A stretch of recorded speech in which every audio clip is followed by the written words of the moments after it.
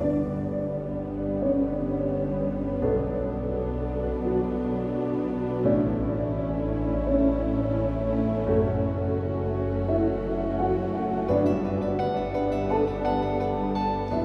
en este caso pues tengo el inmensísimo placer, no solamente profesional, sino también sobre todo personal, pues de presentar a César García Álvarez, que es doctor en Historia del Arte, profesor titular de Historia del Arte en la Universidad de León, uno de los mayores expertos en Gaudí que tenemos actualmente en España y que afortunadamente pues es de León, vive en León y trabaja con nosotros.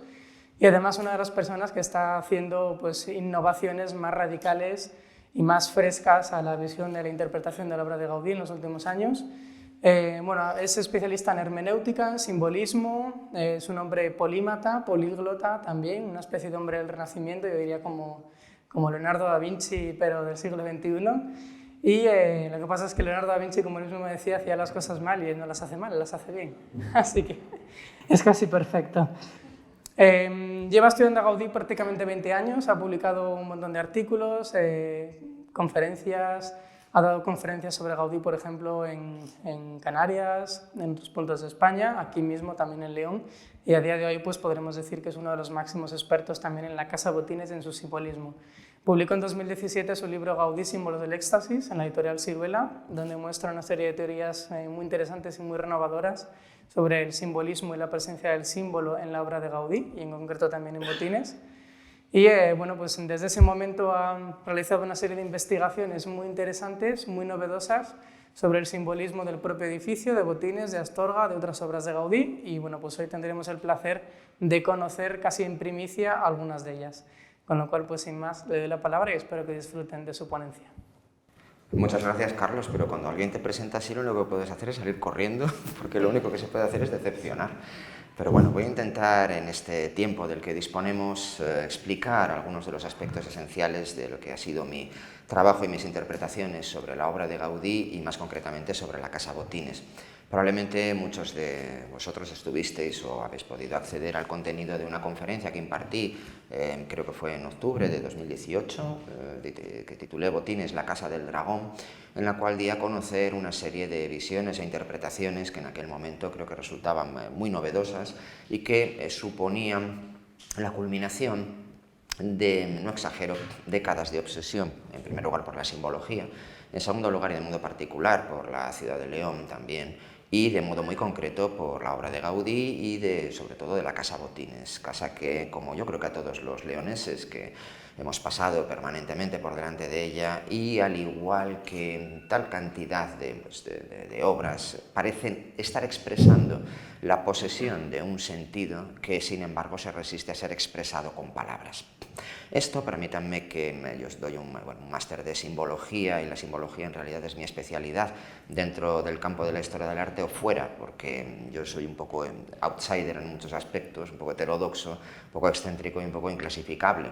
Mi obsesión siempre ha sido la de desentrañar los aspectos y dimensiones simbólicas que presentan las obras de arte. Y los que nos dedicamos a la simbología en España somos muy pocos, y además es que no tenemos contacto entre nosotros, puede ser que somos raros o que la simbología aísla. Pero hay un aspecto de la teoría del símbolo que es esencial, y es que cuando algo se resiste a la interpretación, sospechamos que existe una significación, una dimensión, una isotopía, como decían Umberto Eco y Omar Calabrese, un nivel de sentido que encierra un significado simbólico. Y esto ocurre con particular fuerza en la obra gaudiniana.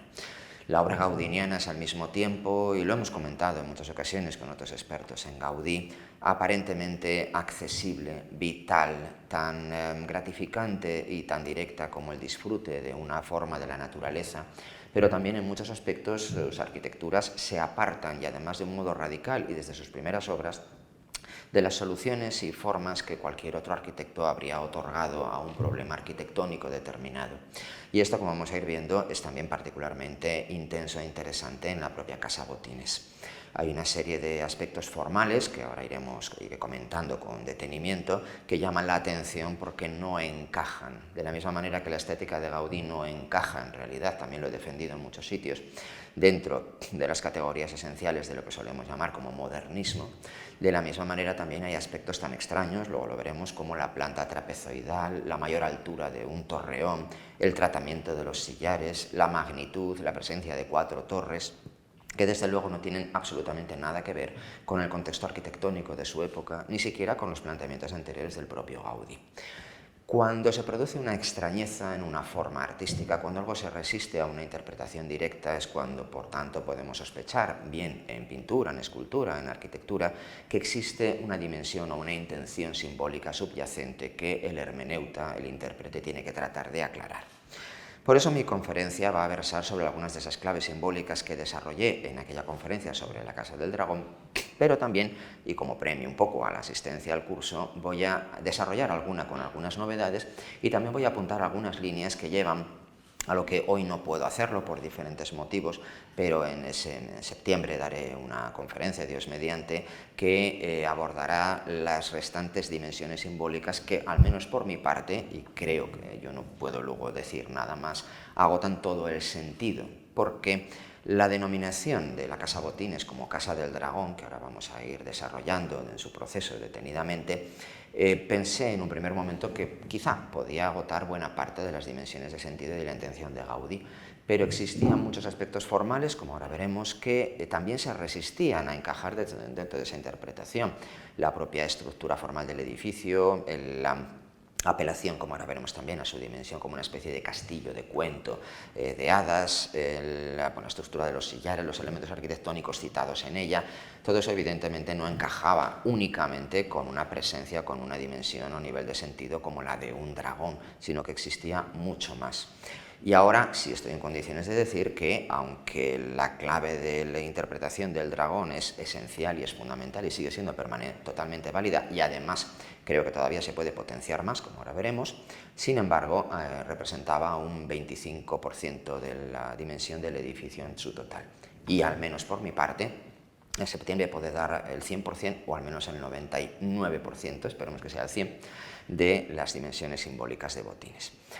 Es muy importante, ya se ha señalado en algunas conferencias anteriores del curso, y mostrar, por un lado, la claridad de concepción que presenta el proyecto en diciembre de 1891, estos son los planos originales que atesora la Fundación, que atesora Casa Botines, y también determinadas diferencias que están presentes dentro o entre este plano y la materialización final que a partir de enero de 1892 Gaudí acomete. Es muy interesante también darse cuenta del proceso que ahora explicaré con un poco de detenimiento, íntimo constructivo gaudiniano, caracterizado, como ya también se ha indicado en algún momento, por un trabajo, esfuerzo, sacrificio, dolor incesante, que aunque sea metódico, sin embargo también se caracteriza, como digo, por un sufrimiento constante. De hecho, en mi libro, que ahora mostraré un poco y me explicaré algunas claves esenciales para poder entender todo el proceso creativo de Gaudí, la presencia del sufrimiento es una clave absolutamente esencial, pero un sufrimiento que conduce a la liberación y al éxtasis. Hay algunos rasgos que ya, evidentemente, llaman la atención, luego los analizaremos con más detenimiento. La conservación de la planta o de la estructura trapezoidal, pero hay también algunos cambios importantes, por ejemplo, el torreón nordeste, que ya puedo anticipar desde ahora que es el verdadero núcleo y la verdadera clave de todo el edificio, estuvo planteado tanto en su chapitel como aparentemente en su estructura original de forma poligonal. Gaudí lo cambia a una forma circular, por una razón muy poderosa. La verja estaba pensada en un primer momento por Gaudí como una alternancia que coronaba los pilares de leones y dragones, que se pueden apreciar claramente, aunque no estén dibujados con total precisión, en el dibujo original. También la escultura de San Jorge y el dragón es radicalmente diferente a la que luego se realizó, por motivos igualmente creo que simbólicos que luego serán explicados. Y aunque no se vea del todo, no sé si con total claridad, en la aguja que corona el chapitel del torreón nordeste aparecía una rueda inclinada, realmente llamativa, extraña y desconcertante, que luego al final acabó siendo sustituida por la forma de veleta que hoy en día todos conocemos. Esta forma, manténganla en la memoria porque también ofrece una clave muy importante para el significado profundo de Botines. Bien, La Casa Botines, tal como la conocemos, siempre ha sido, lo voy a resumir rapidísimamente, considerada como una arquitectura neogótica, incluso casi impersonal, despreciada e ignorada sistemáticamente por la historiografía gaudiniana mayoritaria, que proviene, sobre todo, y tengo que decirlo, de buena parte de los estudiosos catalanes, y que han minusvalorado, como digo, de modo sistemático hasta tiempos recientes. De hecho, este es uno de los objetivos de este curso, todas las obras que no estén radicadas en Cataluña, e incluso dentro de aquellas también se han minusvalorado aquellas que no tienen una clarísima simbología relacionada con la Renaixença o con los elementos catalanes, de tal manera que existe una jerarquización que incluso desde los años 30 o 40 se puede empezar a rastrear, de privilegiar solamente aquel Gaudí que encaje dentro de una ideología política muy particular. Gaudí es un personaje que por una razón u otra resulta incómodo a cualquier facción política o ideológica. Por ejemplo, para el catalanismo, vamos a llamarlo así, nacionalista o independentista de izquierdas, resulta muy incómodo porque Gaudí era profundamente conservador y creyente. Sin embargo, para las corrientes, vamos a llamarlas más españolistas, entre comillas, dentro de la propia Cataluña, Gaudí es excesivamente nacionalista y defensor también de la lengua catalana. Por una razón o por otra, que ahora en ese aspecto no me quiero extender demasiado, Gaudí se escapa de cualquier categorización y acaba por convertirse en una especie de elemento, un radical libre que desafía cualquier convención. Las interpretaciones de la Casa Botines, las interpretaciones simbólicas o descriptivas, siempre han girado en torno a lo mismo. Y además en parte tenían razón, al menos desde un punto de vista muy superficial. La contemplación por parte de cualquiera de Botines lo que sugiere inmediatamente es un castillo de cuento de hadas, un palacio medieval, algo que evoca un pasado, como ayer se reproducía en una cita mía, un pasado arcaico, el de un tiempo legendario, una realidad que no pertenece tanto a la historia como a un momento alejado prácticamente, evasivo incluso, y que provoca todo tipo de asociaciones, como digo, fantasiosas. Calificado de neogótico, en realidad no tiene nada de gótico, más allá quizá de la evocación superficial de los perfiles de alguna de las vidrieras del triforio, sobre todo de la catedral y sobre todo de la cabecera, en algunos de los perfiles de las ventanas. Pero, en realidad, y como mostraré también ahora mismo, una de las dimensiones simbólicas importantes para Gaudí es el hecho de que en absoluto se inspira aquí en el gótico, sino en los palacios renacentistas franceses del Valle del Loira. Y eso es algo que tenía en parte como un problema y que creo que, de acuerdo con un razonamiento típicamente gaudiniano, creo que ahora puedo ofrecer una solución que además encaja con una de las categorías mentales, como digo, gaudinianas. Esa descripción de palacio neogótico, castillo de cuento de hadas, es la que se repitió tópicamente hasta 2015, hasta la publicación en la revista del Ateneo Leones de mi primer texto sobre la simbología de Botines, titulado precisamente Visiones de la Casa Botines, porque, supongo que os pasará a todos, la arquitectura gaudiniana es capaz de provocar intensísimas asociaciones tanto visuales como conceptuales y simbólicas y también emocionales y estéticas. De tal manera que eso es algo que forma parte del placer intrínseco de la arquitectura de Gaudí, dejar volar en parte la imaginación para producir asociaciones que quizá, al ser libres, no se correspondan con los programas o con las ideas madre presentes en los proyectos gaudinianos en ocasiones, pero que sin embargo estimulan la imaginación.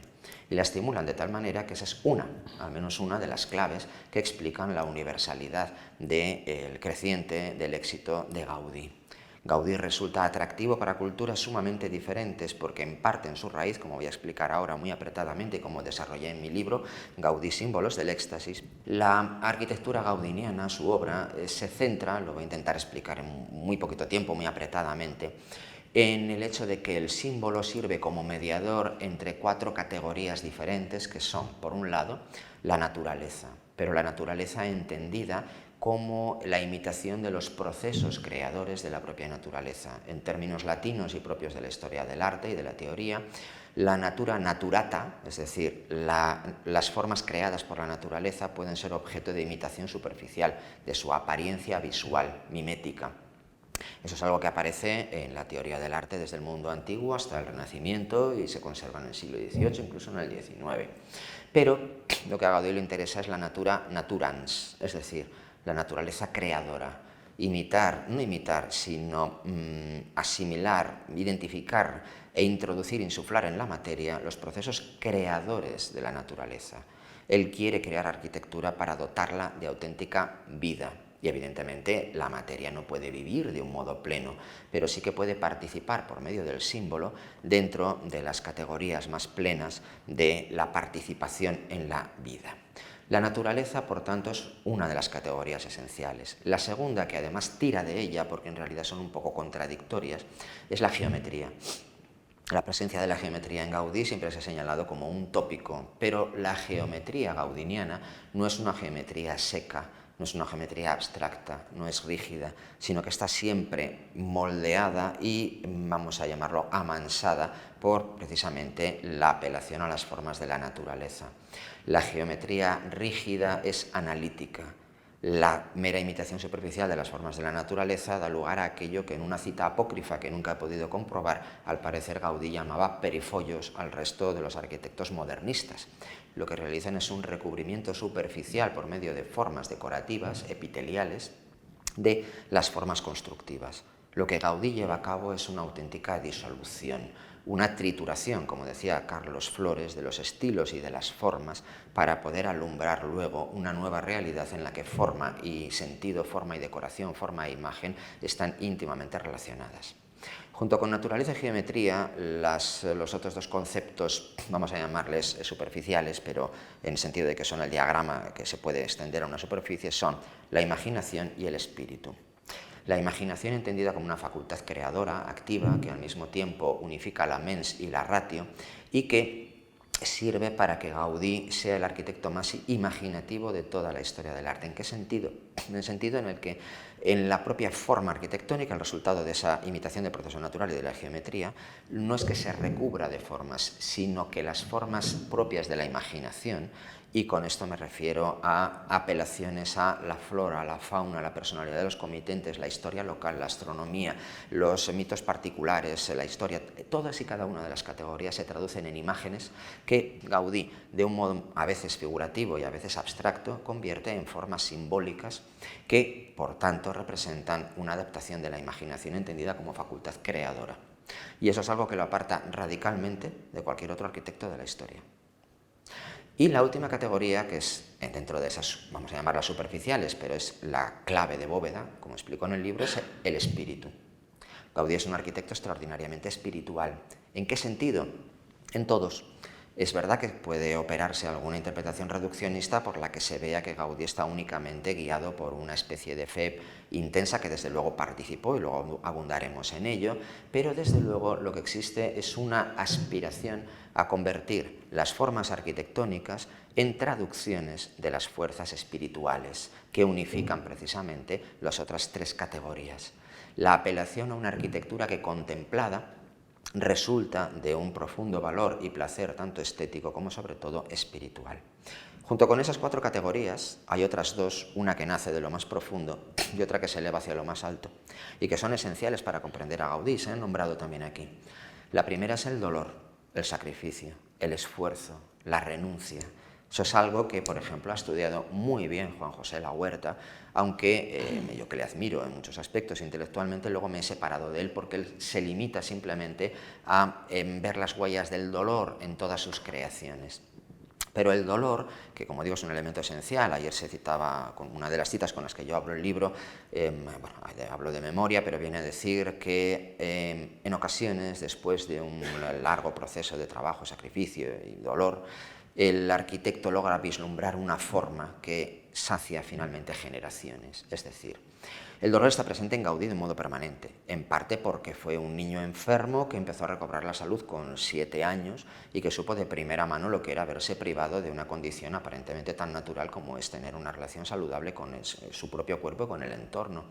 La idea, por tanto, de curación, de superación del dolor es esencial y es la que lleva precisamente a la categoría que está en el título de mi libro, el éxtasis.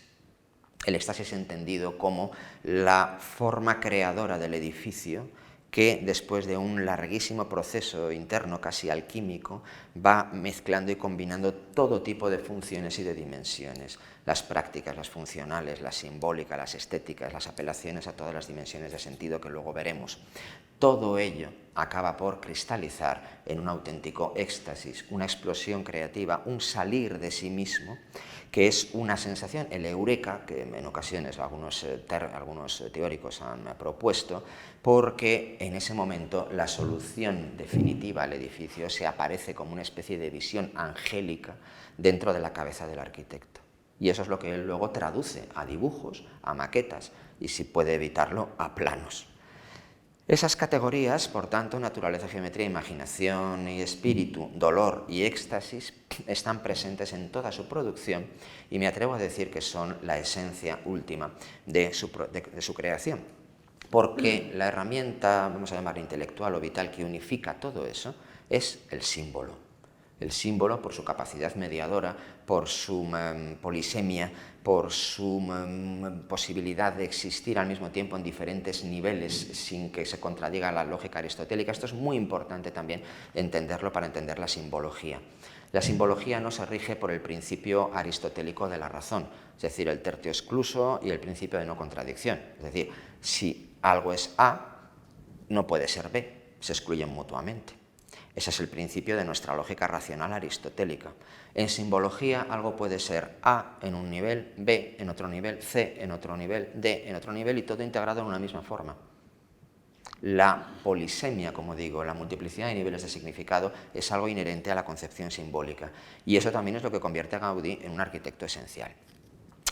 En aquellas visiones de la Casa Botines y en esa conferencia de la Casa del Dragón había propuesto una serie de dimensiones de sentido que se me habían manifestado como evidentes y que ahora puedo además completar un poquito más. En primer lugar, Gaudí concibe Botines como una especie de palacio de invierno, como un palacio de hielo. Si alguna vez se logra definitivamente limpiar toda la superficie de piedra que lo recubre, se verá que el original era de una especie de fulgor plateado, cristalino, como la nieve. ¿Por qué? Bueno, en parte hay que tener en cuenta que Gaudí es un personaje mediterráneo, que aunque ha viajado un poco, prácticamente pues casi no ha salido de su Cataluña natal, y que el choque, además yo creo que llegó la primera vez en invierno, y esos inviernos fueron particularmente duros, y la percepción del frío, de la helada, de la lluvia y sobre todo de la nieve, tuvo que hacerle asociar a León, el genius loci, la asociación con el lugar, que luego explicaré mejor, con una especie de lugar nórdico, frío, hiperbóreo, absolutamente condenado a unos hielos eternos, propio del mundo del norte. Esta categoría está muy presente en Gaudí. Gaudí, las pocas declaraciones y conceptos que tenemos de él, buena parte de ellos están inspirados directamente en la contraposición entre la exactitud de la luz mediterránea, que cae e incide en 45 grados de un modo perfecto y que por tanto supone la armonía entre la naturaleza, la luz y la razón, y las brumas de los nórdicos. Bueno, León está muy poco al norte, en realidad, en latitud con respecto a Barcelona, pero para Gaudí, en su imaginación, esto tuvo que suponer un auténtico choque que tradujo en algunos aspectos que son al mismo tiempo funcionales y simbólicos. Por ejemplo, se habla del neogoticismo de Gaudí, pero el gótico, una de sus características esenciales es el pulido de los sillares y la estereotomía. Y él cultiva y trata Botines con una rugosidad de la piedra deliberada que, como se ha propuesto, y estoy completamente de acuerdo, le propuse a Carlos Salas, además que lo estudie, que conoce mucho más de esto que yo, está pensada para que la nieve quede, como se ve en la segunda fotografía, atrapada, no se disuelva, sino que quede mucho más tiempo del normal, formando esa especie de identificación con un castillo de hielo, con un palacio de invierno. Eso es algo que se ve en esta fascinante fotografía, en la cual los habitantes de la casa han sido mágicamente capturados por el autor de la fotografía. Parecen convertirse en protagonistas de cuadros porque, entre otras cosas, las ventanas son también trípticos pictóricos abiertos, sin pintura.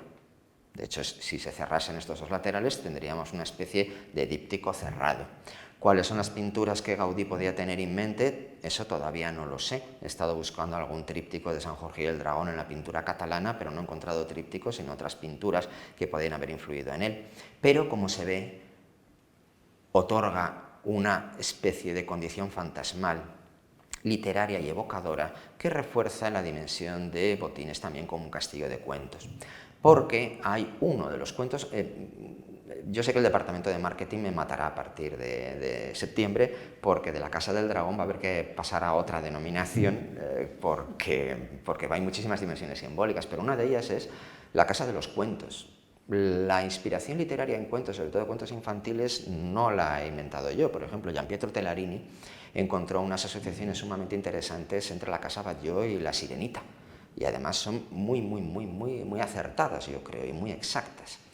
Gaudí fue un grandísimo lector, una persona con una vida por lo general retraída, bastante solitaria, salvo quizá en su juventud, pero sabemos por testimonios de sus compañeros de la Facultad de Arquitectura, la Escuela de Arquitectura, que era un devorador de libros. Testimonios que dicen que se había leído todos los clásicos españoles y universales, y además dice uno que los había comprendido, porque, como por ejemplo muy bien mostró Carandel, el tejado de la Casa Milá, entre otras cosas, es una combinación de La vida es sueño y de Hamlet.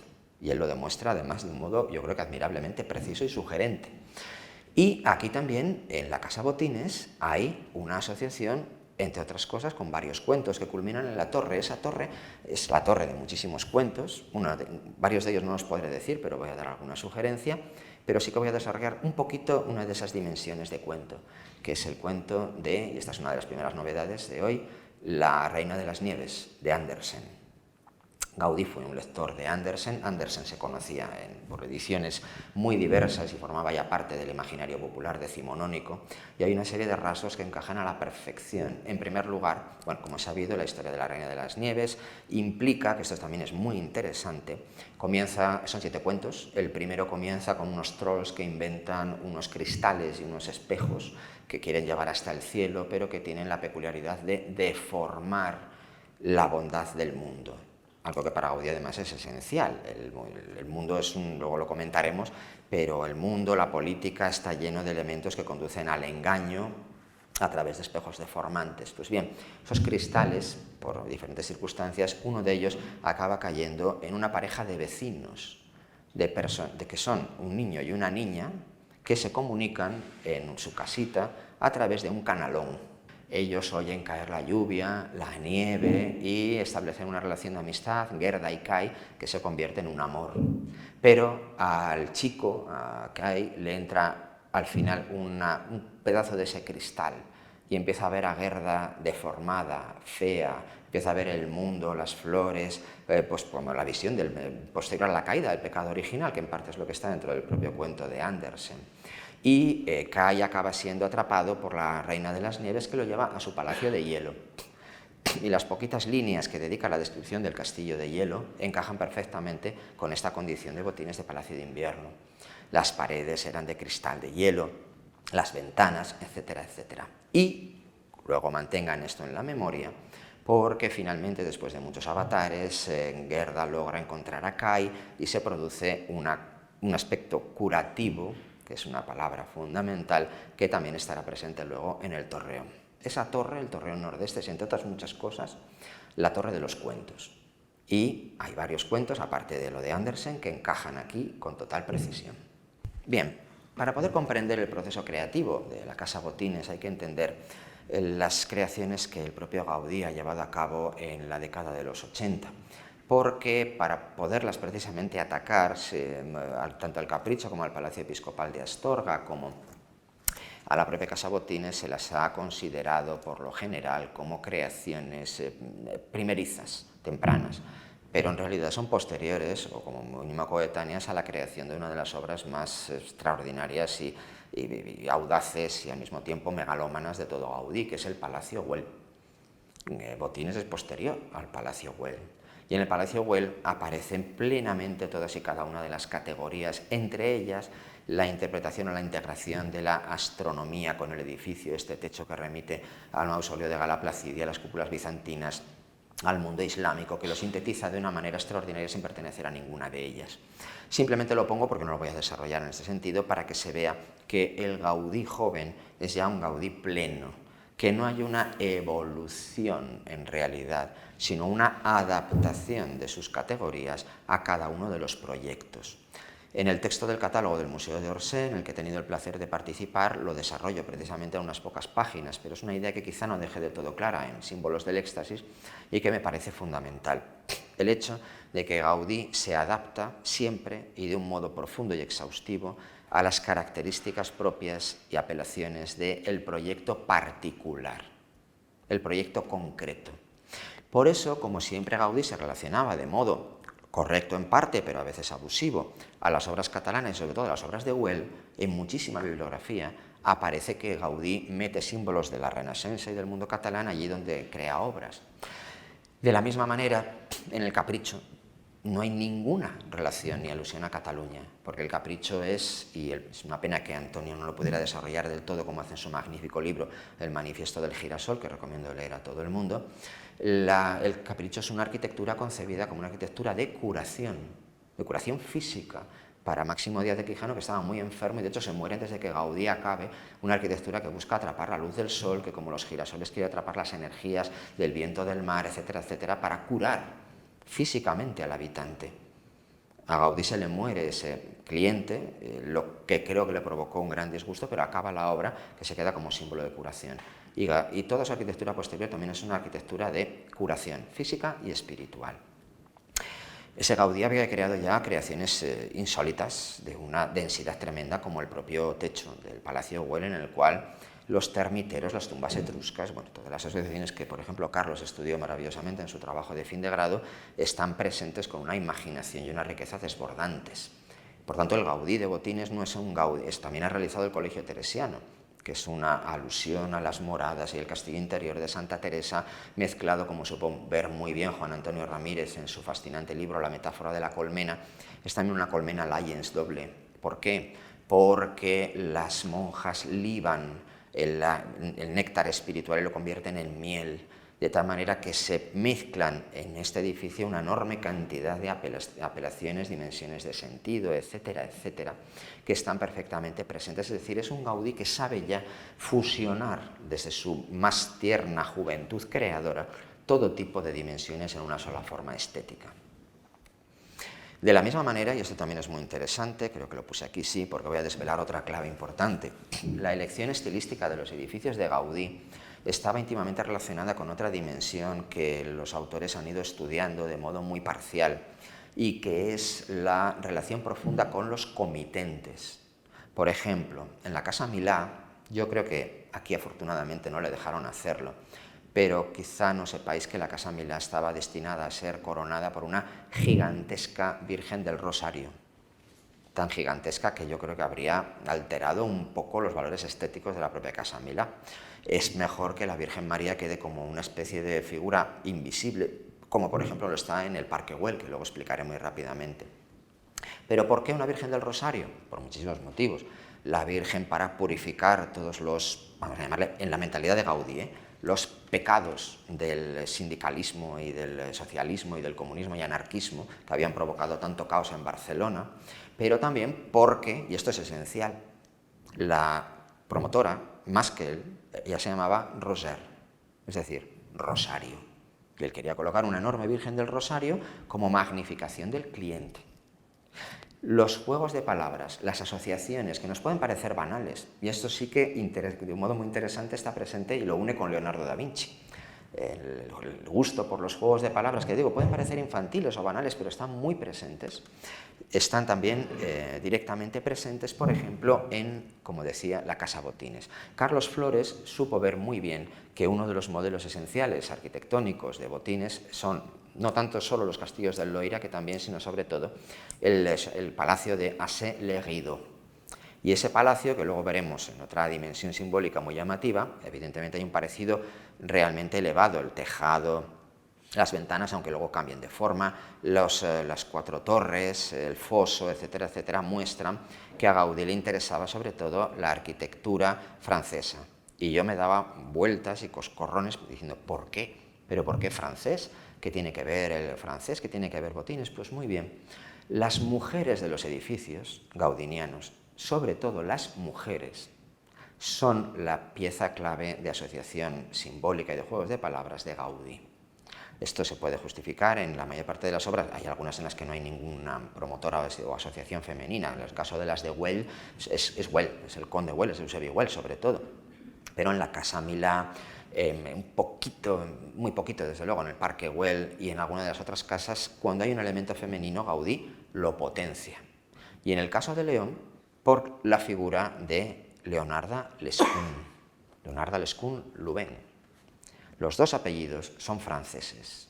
Eso, para Gaudí, nos puede parecer banal, pero eso hubo de ser para Gaudí una pista suficiente, porque luego veremos aparecer a más mujeres dentro del edificio, sobre todo a una que está en el torreón como un modo invisible y que lo une además con Reus y con... bueno.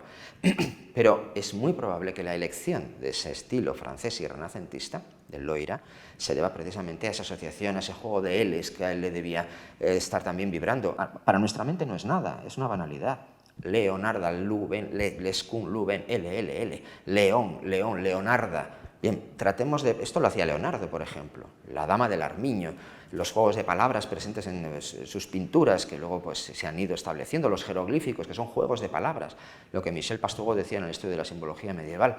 A nosotros no nos interesa casi, pero el simbolismo medieval se basa en muchos aspectos en estas asociaciones superficiales de juegos de palabras. Pues bien, Leonarda Lescun, mujer de Mariano Andrés, lo digo mirando porque todo el mundo piensa que tengo una memoria maravillosa, no sé qué, pero yo ya con las genealogías me lío ya con Adán y Eva y sus hijos.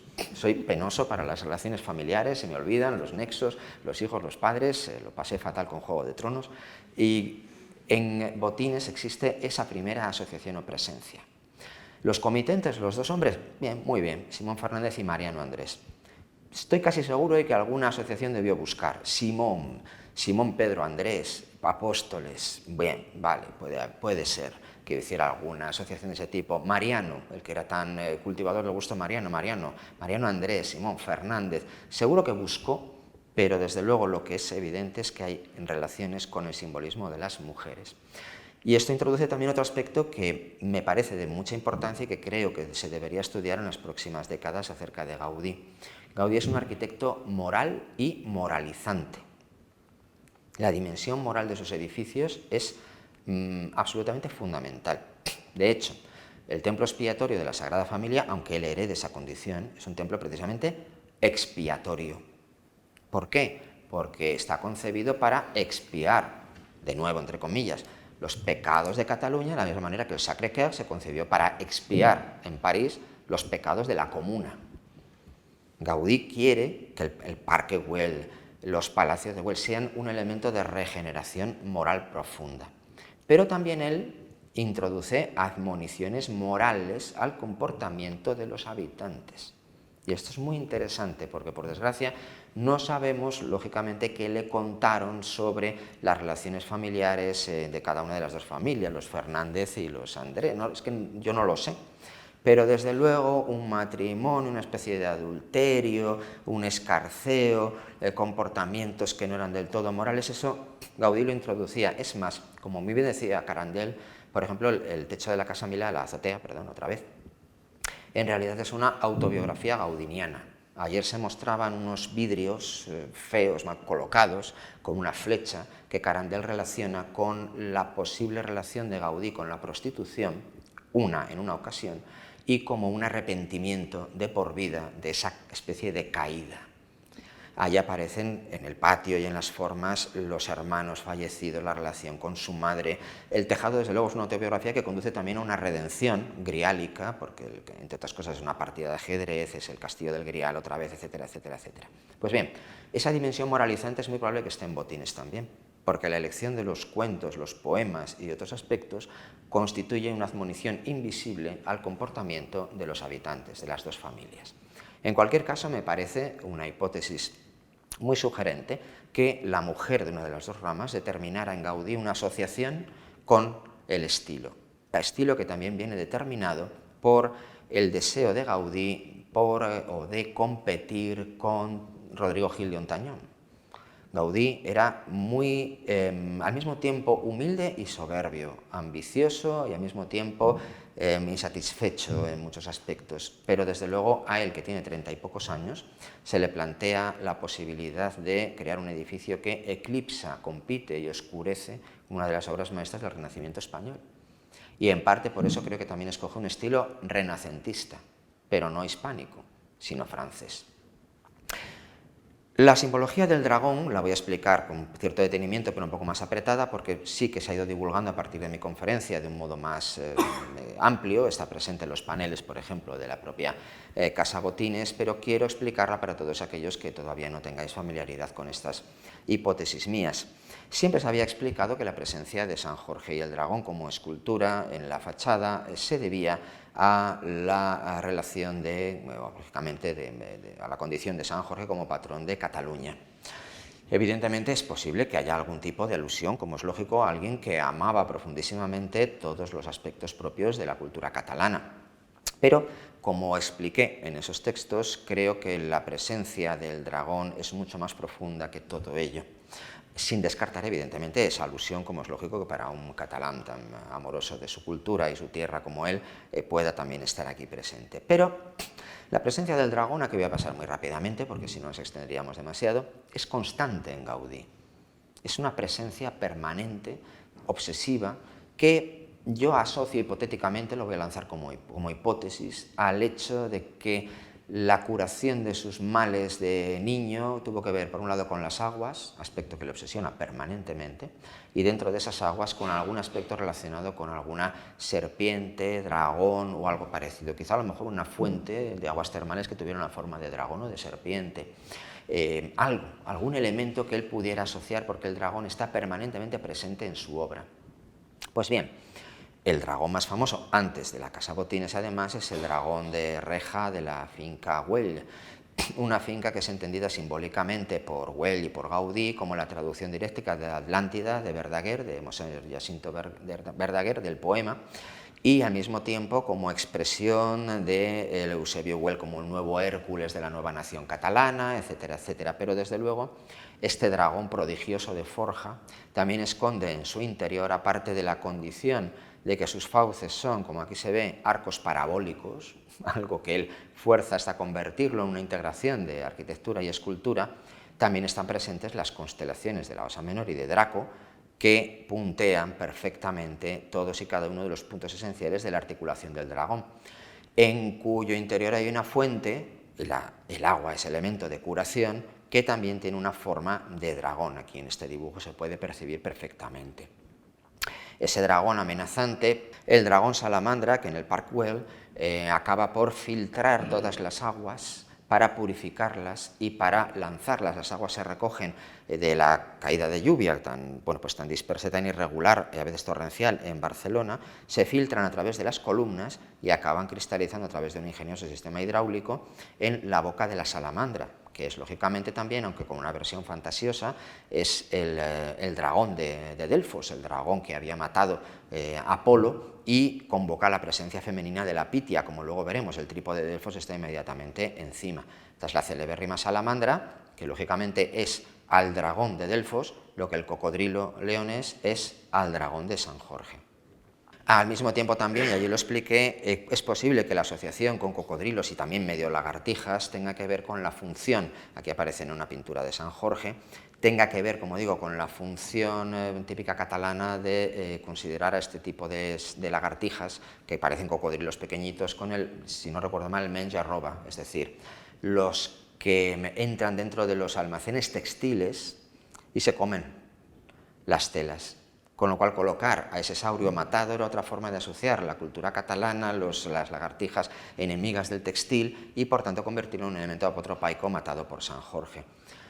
El dragón, la piel de la serpiente, que es al mismo tiempo la ola del Mediterráneo cristalizada y que es la serpiente, el Adón, y que es también el dragón que mata a Apolo, pero que es también la serpiente apocalíptica que la presencia invisible de la Virgen María desde el cielo está castigando.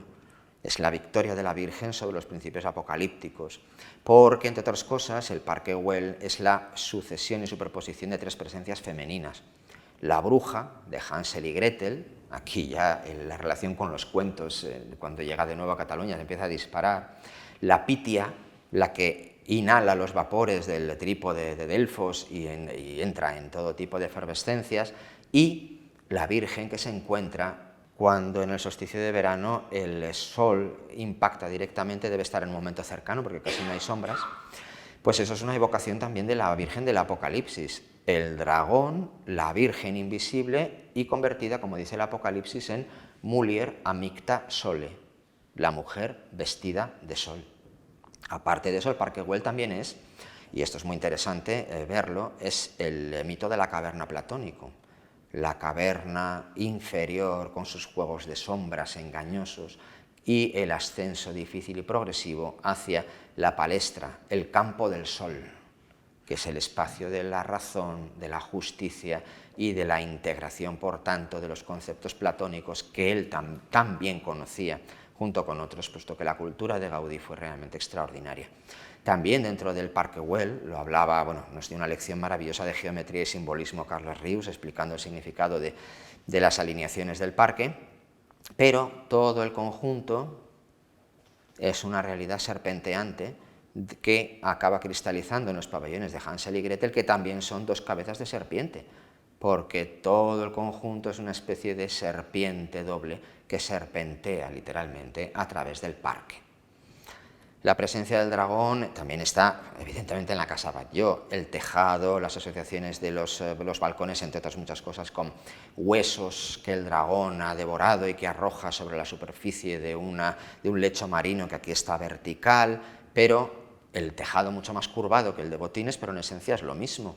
Es un dragón, esta especie de seta y de torre con las jaculatorias de Jesús, María y José, que está también matando literalmente, por así decirlo, al dragón y con él los pecados en parte de Cataluña. Todo eso, hay muchas diferencias, pero desde luego el tejado de la Casa Botines, como es evidente, es un dragón en el que las escamas de pizarra se convierten aquí en las espinas del lomo, en el que el chapitel del torreón nordeste también se convierte en la cabeza de un dragón cuyos ojos miran a direcciones muy concretas y particulares del tiempo, del espacio, de la geografía y de la astronomía, y en el cual además hay unas ventanitas en la parte superior que nadie jamás va a visitar, y cuando algo se aparta de la funcionalidad de un modo tan extraordinario es porque tiene un sentido simbólico realmente profundo. Botines es un dragón. ¿Por qué es un dragón? Por muchos motivos. Bueno, la boca es la entrada, los orificios que remiten a por ejemplo, a la boca del orco de Bomarzo, como una entrada a un espacio prácticamente infernal, que directamente también remiten a las bocas monstruosas de la arquitectura maya, que él conocía perfectamente a través del libro de Brasser de Bonbourg, y además la asociación entre el mundo maya y la finca Güell y Eusebio Güell, el Marqués de Comillas, es realmente interesante. Y eso nos lleva también al hecho de que, como se puede apreciar, los colmillos o los dientes del dragón, los ojos, que también son argollas, que también probablemente fueron espacios destinados a coger los retratos de Simón Fernández y Mariano Andrés, no está del todo demostrado, convierten el acceso en una boca de dragón que está además aplastando, devorando a un león, aquí vemos atrapado en un cuadrifolio, agredido. En realidad es un león no triunfante, sino es un león que se retuerce de dolor. ¿Por qué? Y además rodeado de florecitas que evocan el día 23 de abril. Estas son las especies florales del día 23 de abril, del día de San Jorge. Por cierto, que luego cuando se percibe la metáfora draconiana se ve muy bien que todas estas formas son los dientes, las garras del dragón, que estas formas tienen cabecitas de serpiente. Pero hay otra dimensión simbólica que he descubierto en este tiempo y que lanzo aquí, aunque abundaré en ella en un momento. Y es que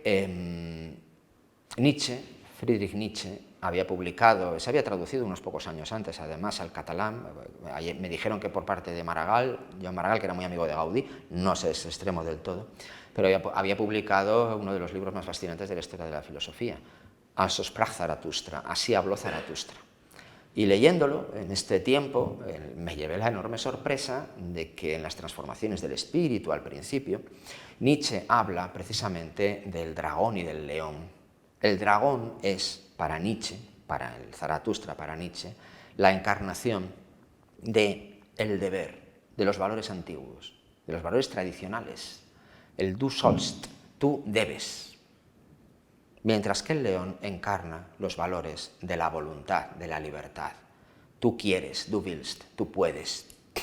Ese enfrentamiento simbólico me pareció demasiado exacto como para no pensar que Gaudí, con toda seguridad, lo conoció de un modo inmediato a la traducción catalana y que utilizó también en parte el dragón como una forma de expresar simbólicamente su adhesión a los valores tradicionales y particularmente al deber, al sacrificio, al respeto a ese valor tradicional que el león encarna de una manera contraria, como manifestación de un espíritu que quiere liberarse Que el dragón esté aquí en Botines apresando, aplastando a un león, me parece un elemento, yo creo que como mínimo sugerente, que permite ver o entender una lectura crítica y una asimilación de los simbolismos nietzscheanos, yo creo que al menos sumamente sugerente. Quede de momento apuntado. El dragón, como es sabido, es un cocodrilo. La verdad es que cuando se analiza desde un punto de vista estrictamente zoológico, recuerda también mucho a una especie que todavía no se había descubierto, que es un dragón de Komodo, un varano de Komodo. Me parece mucho, sobre todo en esta articulación de los músculos, pero es que, como en tantas ocasiones, Gaudí parece conocer la geometría de Peter Lenz antes de que se conozca, parece intuir, a mí lo del artista adelantado a su tiempo no me gusta nada. Simplemente los tiempos son mucho más intensos y ricos de lo que generalmente los conocemos y los explicamos y los reducimos a categorías. Pero se parece mucho a un varano de Komodo. En cualquier caso es un cocodrilo porque, bueno, por cierto, como es sabido, se acabaron descubriendo, parece que fue en 2019, 20, no recuerdo, bueno, al hacer unas fotos para documentar la posible restauración, resulta que todos los elementos de maderas que a modo de pseudoménsulas jalonan las bases de los chapiteles de las 4 torres, todos son serpientes y dragones. Y este elemento yo no lo conocía ni en el 2015, ni en el 2017, ni con anterioridad. Y esto muestra de nuevo la profunda relación entre Botines, el dragón, la serpiente, etcétera, etcétera. Pues bien, ¿por qué Botines es sobre todo la casa del dragón? Por varios motivos. En primer lugar, por la leyenda que ya he explicado en tantas ocasiones. Cuando Gaudí llegaba a un sitio para realizar una obra, él asociaba todos los elementos propios del lugar, del comitente, etcétera, etcétera, los asociaba de un modo indefectible con las apelaciones simbólicas que le sugerían. Cuando llega a León, llega a una ciudad que sabe que es de origen romano, llega a una ciudad que en su asociación mental identifica con toda seguridad con la ciudad de la leyenda dorada del episodio de San Jorge y el dragón, la ciudad de Silca, en Libia. Como es sabido, Santiago de la Vorágine describe que en la ciudad de Silca, en Libia, una ciudad amurallada, pagana, aspecto esencial, llega un terrible dragón y aposenta sus reales sobre una laguna cenagosa justo a las puertas de la muralla. Bueno, pues Gaudí en León tiene la muralla romana, una ciudad de origen romano, y un fondo cenagoso justo, que es el del jardín, que cuando excava, cuando se van a hacer los cimientos, se ve como todo León, que es lacustre, porque lo que pasa a la humedad del Torío al Bernesga es lo que dificulta y produce humedades, como sabemos muchos, en garajes y en todo tipo de estructuras profundas, y lo padecemos bien. Y él asocia la ciudad de Silca con León, y por tanto con la leyenda de San Jorge. Y lo que para él seguramente es un fogonazo, en el cual encuentra que tiene que convertir el edificio en un dragón, es necesario explicarlo analíticamente. El dragón empieza a demandar sacrificios humanos. Bueno, primero animales. Se acaban los animales y empiezan los sacrificios humanos. Lógicamente empiezan a sacrificarse a los hijos de los campesinos, etcétera, etcétera, y al final le toca el turno a la hija del rey. El rey, no quiero, no, pues ahora te fastidias y nos entregas a tu hija. Y cuando la hija, la princesa, está saliendo por la puerta, que es la del Palacio de los Guzmanes, en realidad, del recinto amurallado de Silca, aparece un tribuno, un caballero romano, llamado Georgios, resultado además de profundísimos y antiguos cultos, pero bueno, esto probablemente Gaudí no lo conociera, que le pregunta a la princesa dónde va, le informa del dragón, y él, como buen prototipo de lo que luego será el caballero andante, entre ellos Lancelot, por ejemplo, y yo no he dicho nada, aparece y mete al dragón dentro de la ciudad y allí lo ejecuta, lo mata. Y este, para mí, es el otro punto clave, provocando la conversión al cristianismo de toda la ciudad.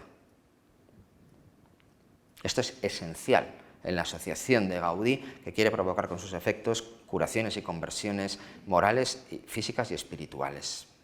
Bien, por eso es la razón más lógica pensar que al asociarlo ha sustituido al dragón por el cocodrilo, que es el animal relacionado con la región geográfica de Silca, en Libia, en la cual transcurre la acción original de la leyenda dorada, tal como la narra San Jorge. Y le coloca este elemento tan raro. Esto es un gorrito típico, entre otras cosas, de las tribus de la propia zona de Libia. Y Gaudí, con toda seguridad, lo conocía y lo coloca aquí como un bonete que refuerza el carácter libio, naturalista, por tanto real, casi ebemerista, del relato de San Jorge.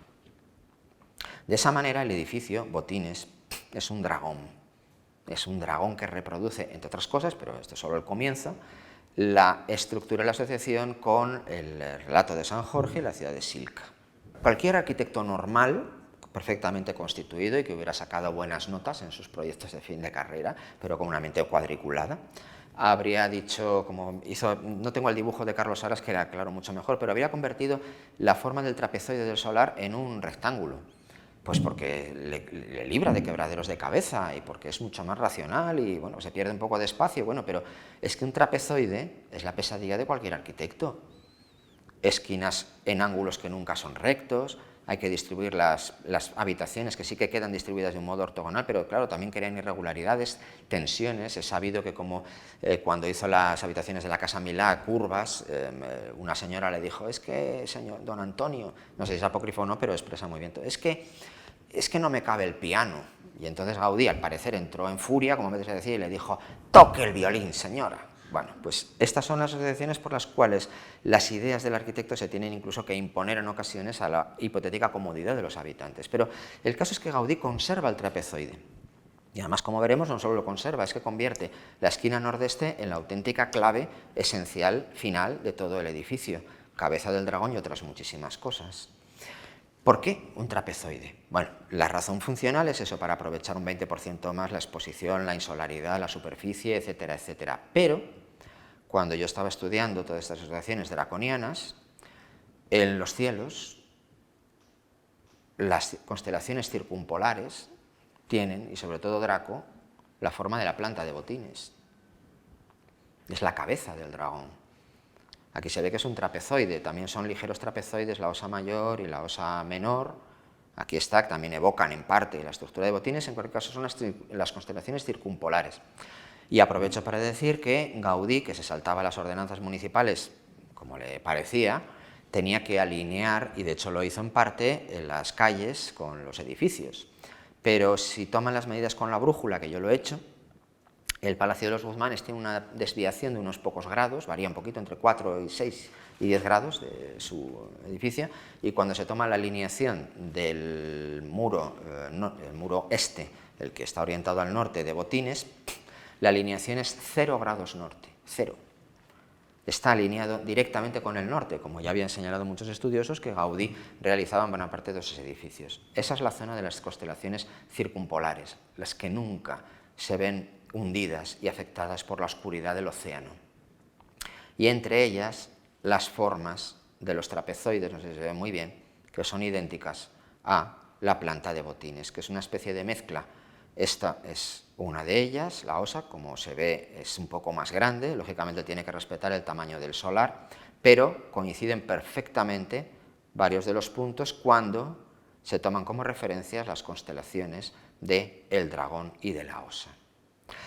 El trapezoide, por tanto, es una asociación en forma de constelación, pero no se queda ahí, porque claro, aparte de responder a lo que quizá Gaudí conoció, que son las asociaciones del dios de San Jorge con Horus y del cocodrilo con el dios Seth es el dios del caos, del desierto que rodea las aguas del Nilo, de la imperfección, etcétera, etcétera, que tiene que ser derrotada por Horus. Aparte de todo ello, también es un motivo cultivado por los pintores estrictamente coetáneos y también está presente en otros mitos como el de Casiopea, Perseo, Belerofonte y Andrómeda, etcétera, etcétera, que también constan de las mismas estructuras de un héroe solar o agrícola que viene a salvar a la doncella de la amenaza permanente y el peso del dragón.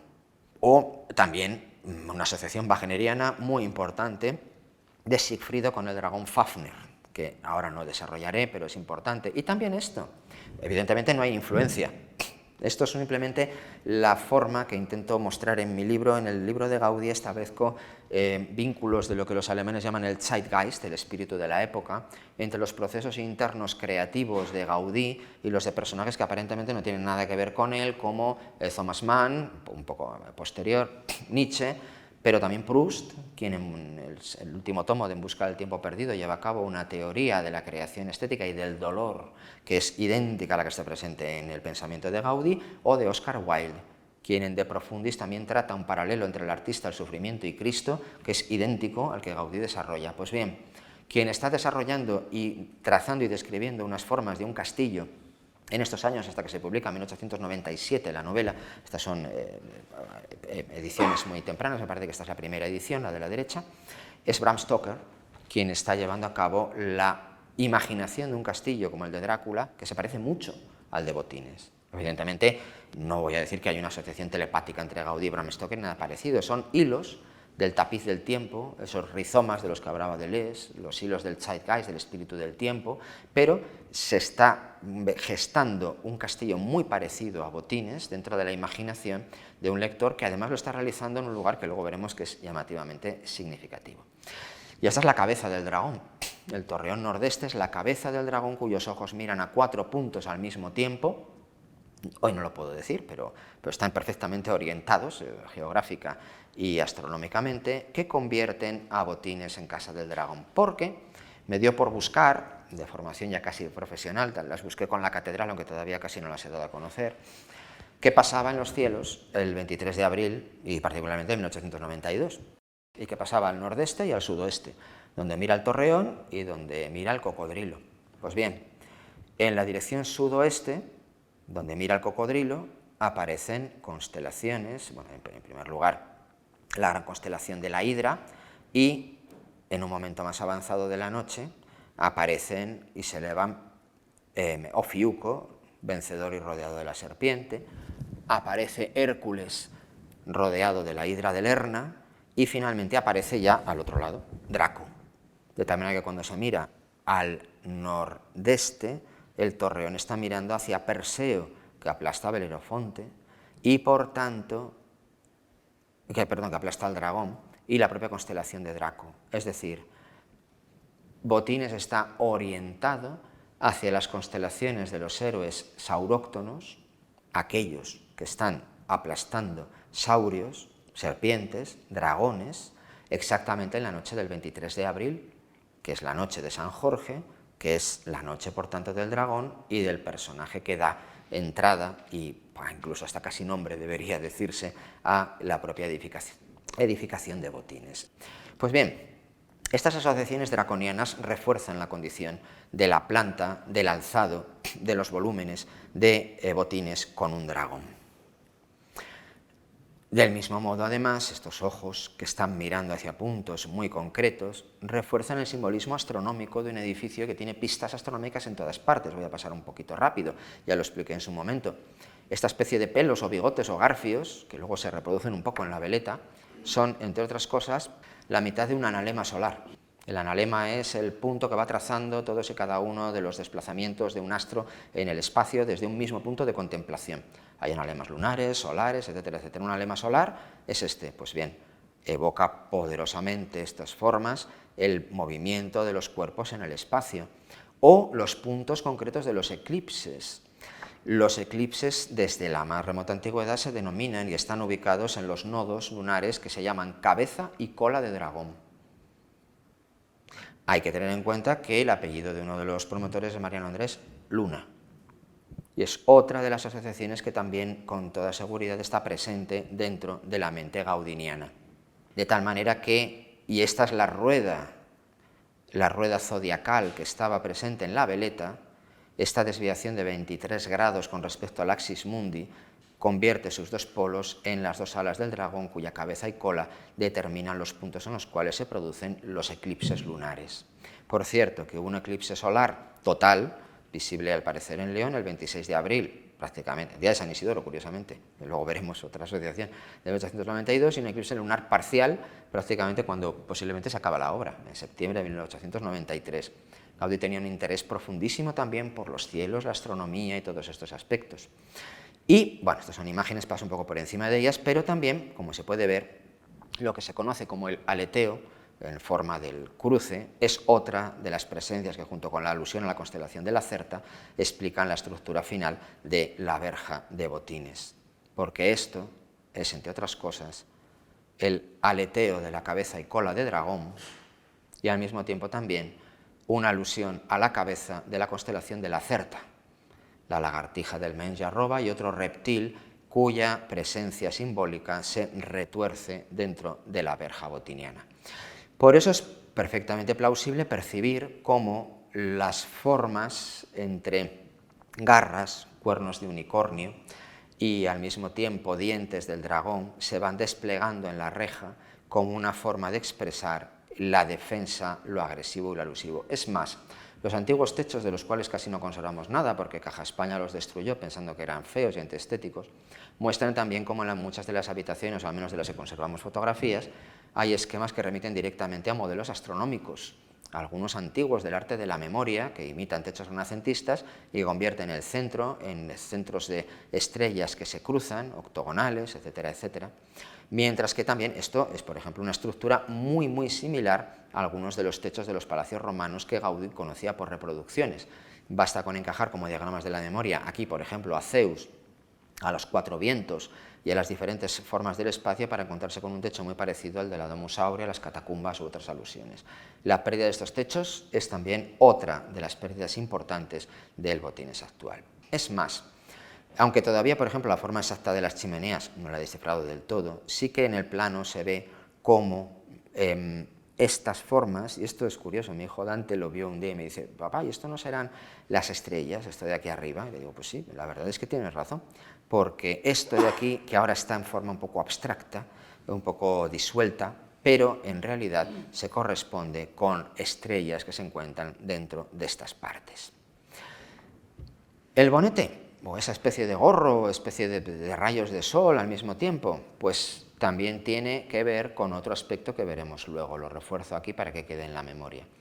Y es que las puertas de las casas de Casa Botines en realidad estas mirillas son astrolabios, formados por una especie de evocación de una espiral que va creciendo o de una G invertida, tienen exactamente la misma forma en los mismos puntos de engarce que tienen los astrolabios tradicionales, con lo cual convierte a las mirillas en evocaciones simbólicas de los que están dentro de esa casa, aunque no lo sepan ellos, cuando están mirando a ver si viene el lechero o quien sea, en realidad también están mirando sin saberlo simbólicamente a la orientación y la estructura de los cielos de la propia casa. La parte interior de las mirillas también es profundamente parecida a la de buena parte de los astrolabios, con esta estructura como de alas de mariposa, que seguramente también tiene una implicación y una dimensión simbólica en la obra gaudiniana, y con estas estructuras que, como digo, evocan y convierten algo aparentemente tan funcional y banal como las mirillas en astrolabios, que también los había con sus cabezas y colas de dragones, no me voy a detener en esto por falta de tiempo, y que cristaliza en algo que es también fundamental para Gaudí, que son las veletas. La veleta de Botines no se mueve, está orientada.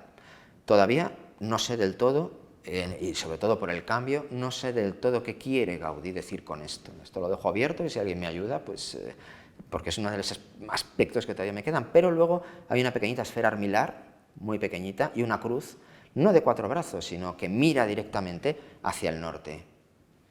Orientada fija como la veleta hacia el norte. El viento no la mueve a la veleta de Botines. Y esta orientación es lo que culmina también esta forma con estas ventanitas, que como veremos luego tiene una importancia, bueno, son más en septiembre, pero ahora también un poco, porque aquí no llega nadie. Esto está concebido para que nada llegue, ni un ser humano, que lógicamente no puede meterse por aquí, por el interior del torreón, ni un hipotético ave, ni nada parecido. Esto está concebido, como expresó Óscar Tusquets en un maravilloso libro, para el principio de Dios lo ve.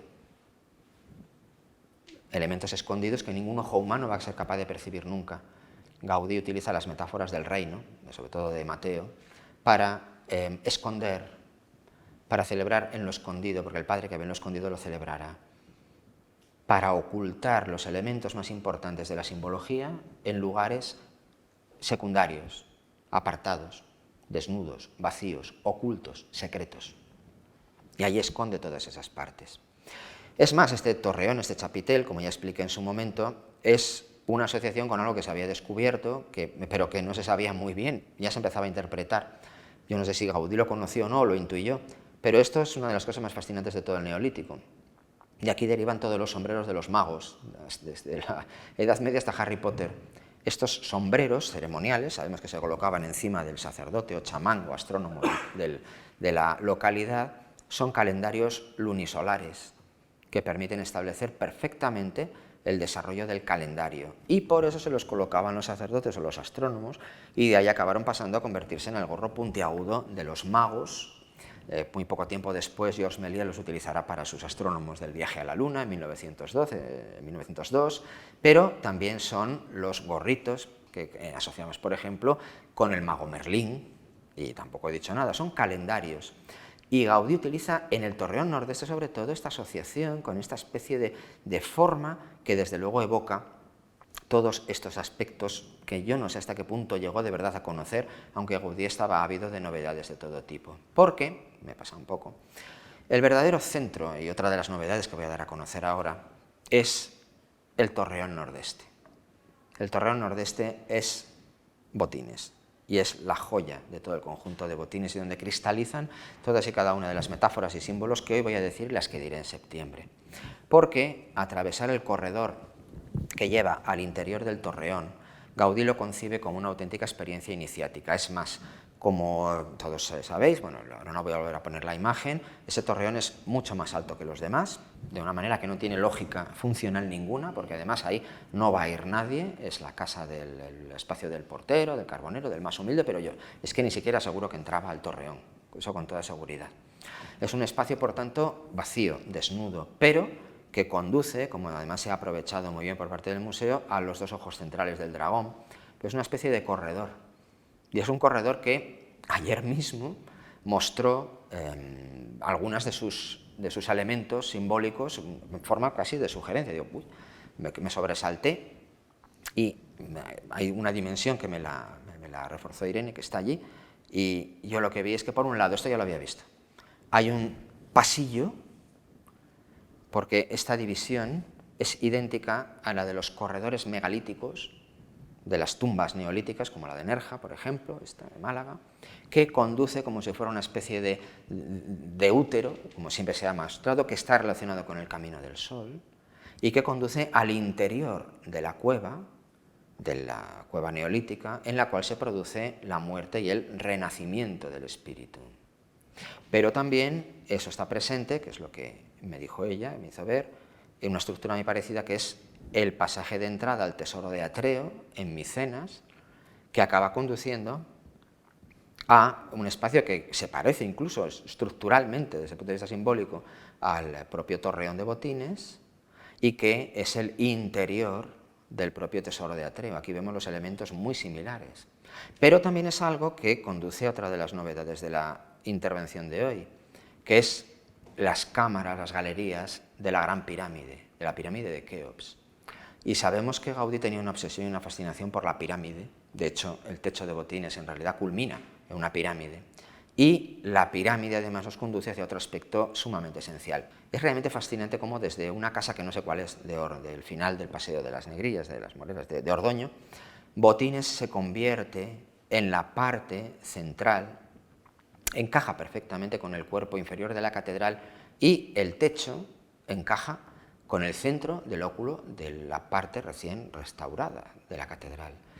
No creo que Gaudí pensase esto, desde luego. No, a lo mejor llegó a esta casa y lo intuyó, y se quedó en su cabeza con prodigiosa, pues subió a este sitio que no sé cuál es, y ahí está la catedral y ahí va a estar Botines, pero desde luego la superposición entre Botines, la pirámide y el centro de la catedral es escalofriante, desde ese punto de vista.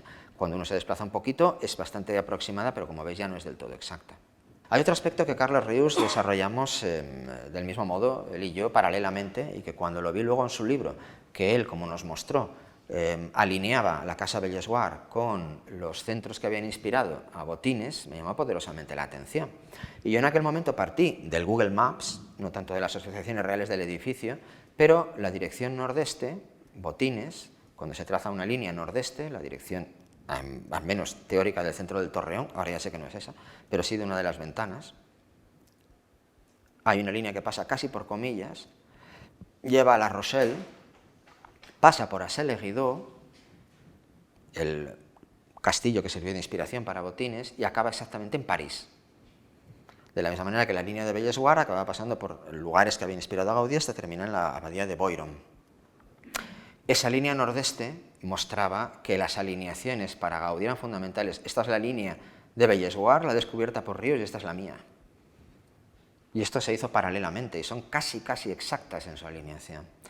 Y esto lo empecé a investigar un poco, no lo voy a explicar del todo, pero sí las ideas esenciales. ¿A dónde mira el cocodrilo? Bueno, ahora volveré sobre ese aspecto. El cocodrilo mira exactamente en dirección sudoeste, esta sí que además se puede fijar.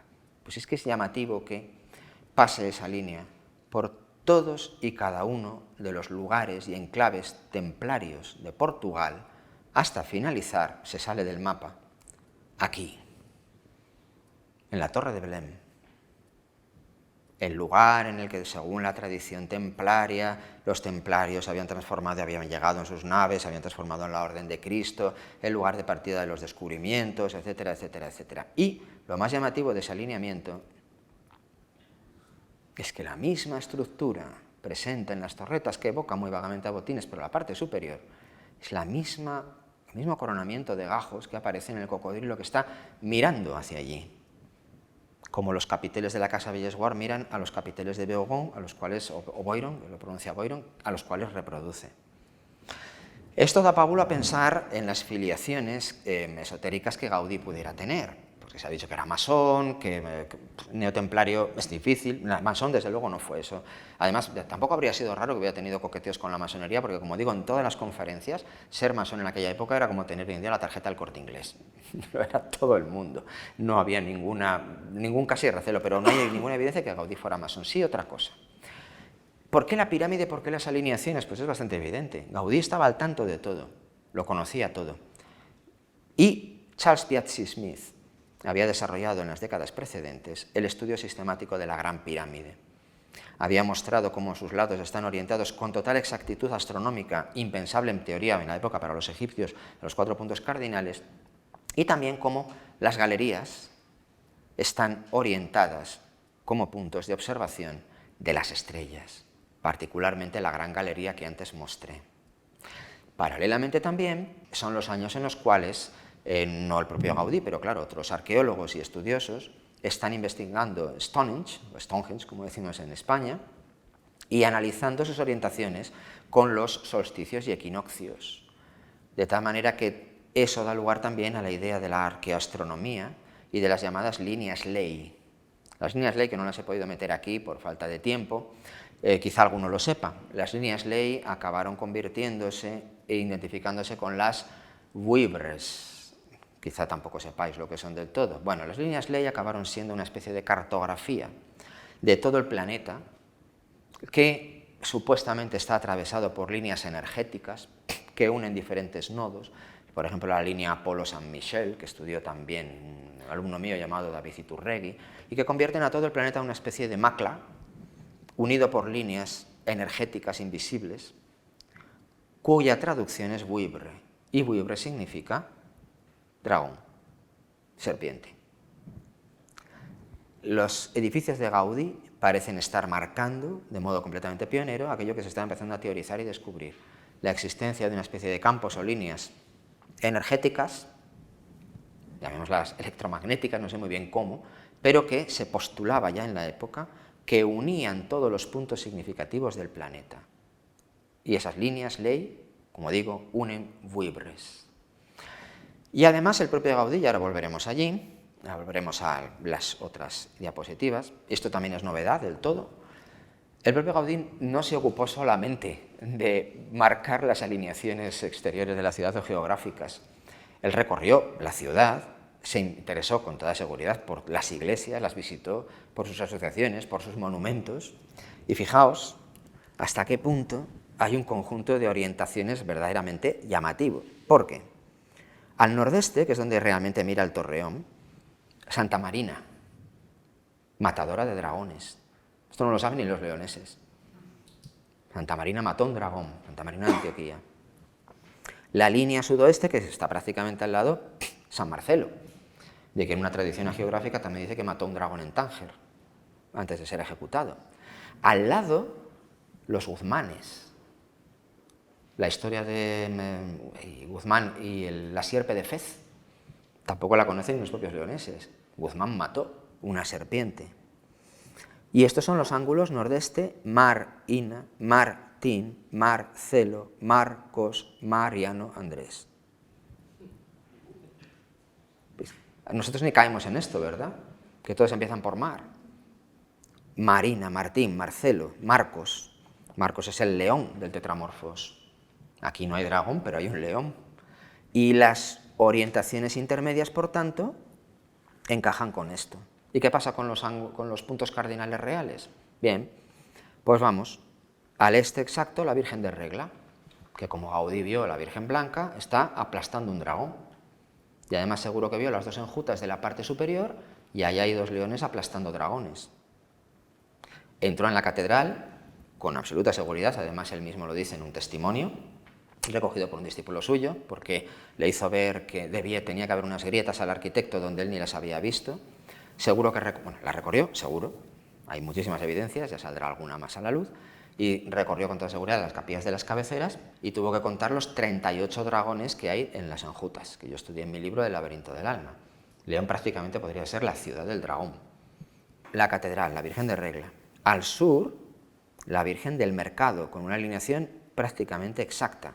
Aquí no hay relación que yo sepa con un dragón, pero bueno, es la Virgen del Camino justo al oeste. También es llamativo que estén separadas desde Botines por un ángulo exacto de 90 grados y que 45 sea San Marcelo protomártir, Santa Marina mártir, San Martín el que partió la capa y dio lugar a la pobreza, a la humildad, San Marcos, el león. Bueno, todas estas asociaciones para nosotros no son del todo fructíferas, de hecho las estoy mostrando aquí, pero para Gaudí hubieron de serla.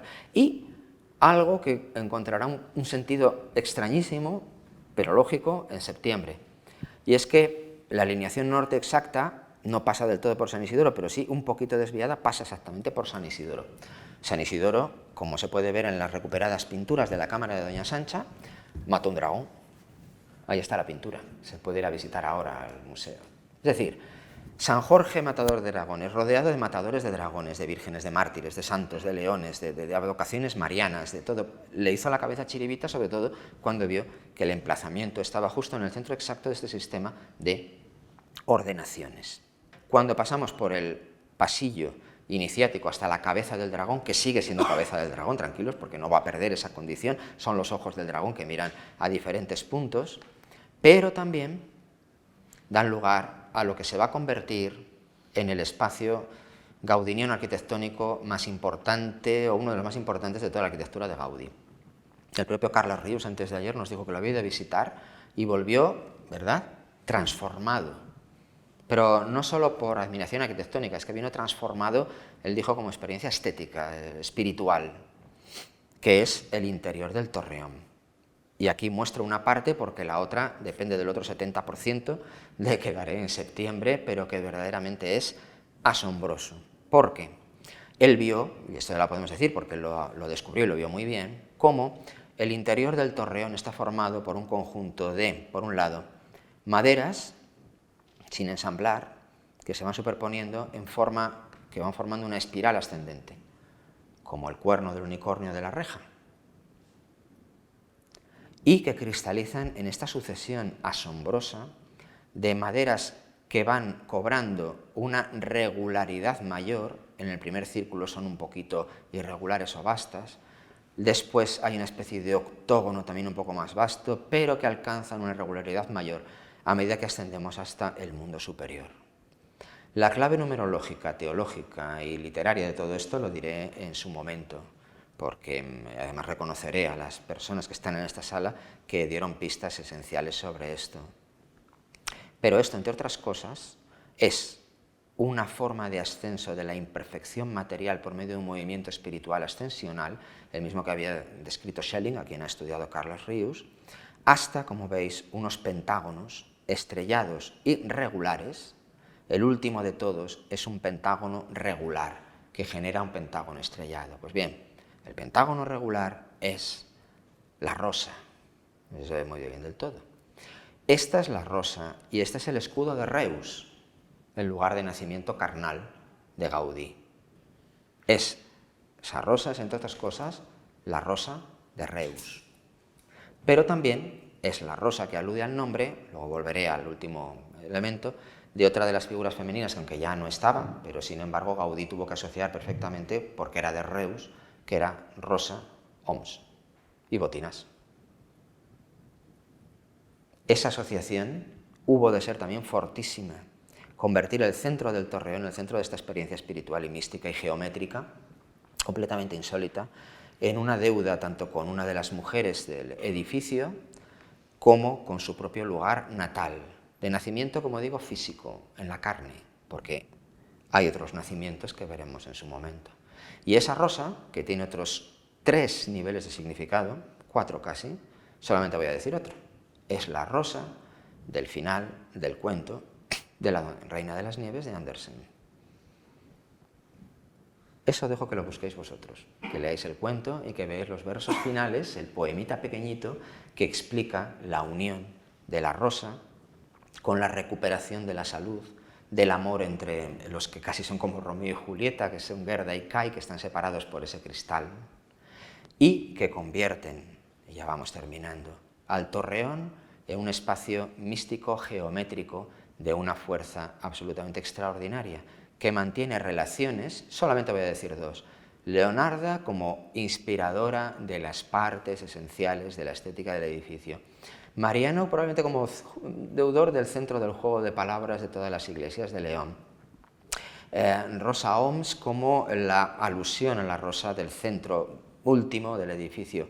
Probablemente, no lo sé, uno de los hermanos, quizá, o alguna de las chicas tuviera en la relación de Gaudí la asociación con estos Gerda y Kai de la Doncella de las Nieves. Pero queda mucho más, porque es fundamental lo que diré en septiembre, qué opinión tenía del comportamiento de Mariano Andrés, sobre todo de Simón Fernández, qué opinión le parecían sus 2 matrimonios, qué idea tenía acerca de eso, porque eso forma parte de las últimas dimensiones simbólicas del edificio. Y por eso lo que presento ahora para terminar es una especie de mapa con pistas, como un reto, como lo que hago cada día en Instagram o lo que me pongo a mis alumnos que siempre se torturan, porque ya evidente que es un castillo palacio de hielo, palacio de invierno y castillo de cuentos, al menos ya de uno y de más. Es la casa del dragón, eso es lo que aquí exhaustivamente he mostrado. Pero quedan otras 3 dimensiones y 2 palabras que explican lo que es todo Botines, o al menos donde yo puedo llegar. Una empieza por M, otra empieza por D, otra empieza por G.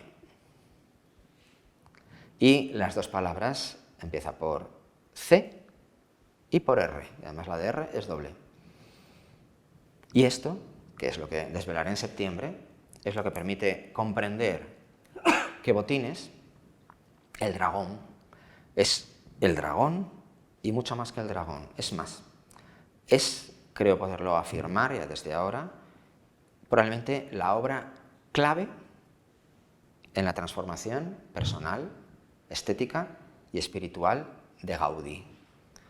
No es desde luego el ejercicio neogótico débil y formal, sino una obra que tiene una riqueza simbólica desbordante, extraordinaria, absolutamente insólita, que cuando muestre todo lo que queda, sé que, lo decía ayer un poco, a mí me van a tratar como trataron a Gaudí al final de la carrera, de no sé si lo que voy a decir me convierte en un genio o en un loco, pero desde luego no dejará a nadie indiferente y además, que esto es algo que siempre he comentado con mi amigo Uribe aquí presente, en León los secretos más profundos están a la vista de todos.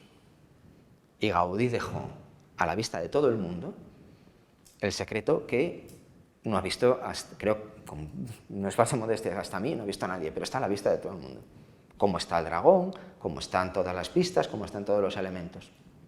Para Gaudí la arquitectura era también, entre otras cosas, un juego infantil. A Gaudí, que no lo he podido explicar aquí, le fascinaban los juegos de recreación de las exposiciones universales, el convertirse en un niño, porque solo quien se convierte en un niño es capaz de entrar en el reino de los cielos.